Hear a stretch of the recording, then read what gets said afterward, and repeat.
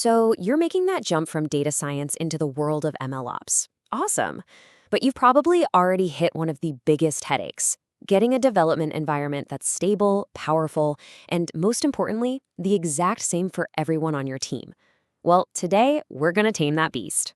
Ah, yes, the 5 words that send a shiver down every developer's spine. And they are especially painful in machine learning. We've all been there, right? You spend weeks, maybe months, getting a model to work perfectly in your local Jupyter notebook. It's beautiful, it runs flawlessly, then you hand it off to a teammate, and it just completely breaks. And look, this is way more than just a minor annoyance. It's a genuine threat to the core idea of reproducible machine learning. I mean, think about it. If you can't even reproduce your own development environment, how can you possibly guarantee you can reproduce your results? That's a massive problem, especially when models are driving real business decisions. So how do we fix this for good? Well, the answer is to stop fighting these little fires on everyone's individual laptops. Instead, we move the entire development environment into the cloud. And the concept that makes this possible is called a cloud workstation. Okay, so what in the world is a cloud workstation? Let's break it down. At its core, it's a development environment that's completely managed for you and it lives in the cloud. It's the whole shebang, all the software, the hardware you need, the networking. It's all pre-configured and ready to go whenever you need it. You know, the easiest way to picture this is to imagine your absolute dream data science computer. It has all the power, all the GPUs, all the RAM you could ever want. It's set up perfectly the exact same way every single time you turn it on. And the best part? You can access this beast of a machine from anywhere, on any device. No more spending days on manual setup. Now, here's the cool part. When you adopt this approach, you're not just solving a problem. It's like you unlock a whole new set of, well, let's call them MLOps superpowers. These are abilities that will totally change how you and your team work. And these superpowers directly crush the biggest MLOps pain points. First off, you standardize everything. That works on my machine problem? Gone. For good. Because everything is standard, you can now scale up or down whenever you want. Need a monster GPU for a training run? Click a button, you've got it.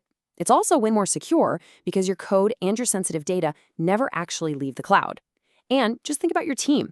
Onboarding a new engineer goes from a week of setup to just a few minutes. And finally, you can actually collaborate in real time because you're all literally working in the same place. Okay, this all sounds amazing, right? But how does it all work? Is it magic? Well, not quite. There's a blueprint behind it all, and it's surprisingly simple. Let's pull back the curtain. The whole idea, the absolute key to making this work, comes down to one big shift in how we think. You have to define your development environment as code. Forget about Word docs with 100 manual setup steps.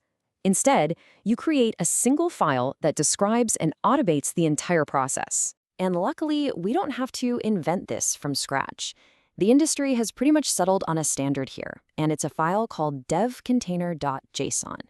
You can think of this as the recipe, the single source of truth for your perfect development environment. And this one little file gives you an insane amount of control. You start by pointing to a Docker image, which is kind of like a lightweight, prepackaged computer. Then you just list out all the tools and Python libraries you need. Think of it like a requirements.txt on steroids. You can even specify which VS Code extensions everyone on the team should have pre-installed. You can set environment variables, handle secrets, and even run scripts after the environment is built. You check this one file into your Git repo, and poof, your entire development environment is now version controlled right alongside your code. All right, so let's say you're on board. This sounds like a game changer. Where do you actually go to use this? Let's take a quick look at the big players out there. You're generally going to run into 3 main options. First up is GitHub Codespaces. If your code already lives on GitHub, and let's be honest, it probably does, this is a no-brainer. The integration is super tight, and it just automatically finds and uses your devcontainer.json file. Then you have Google Cloud Workstations, which is a fantastic choice for bigger companies that need really strict security and compliance controls. And finally, there's Amazon Workspaces, which is a really flexible option that you can configure with some seriously powerful GPU instances for those heavy-duty training jobs. But you know, this is about more than just solving technical problems. This whole approach fundamentally changes the way development teams work together. It makes building models a truly collaborative sport. I mean, just think about what this unlocks for teamwork. You can use tools like VS Code Live Share to have 2 people literally typing in the exact same code at the exact same time. It's like you're sitting side by side. You can even share a terminal window to debug a tricky problem together. All that time you used to waste arguing about why something works on one machine but not another, that's just gone. It all boils down to this one simple, powerful promise. It's about getting to a place where you can say with absolute confidence that if your code runs for you, it's going to run for everyone else on your team, and crucially, it's going to run in production. So I'll leave you with this final thought. As data scientists, as ML engineers, we are obsessed with reproducibility, right?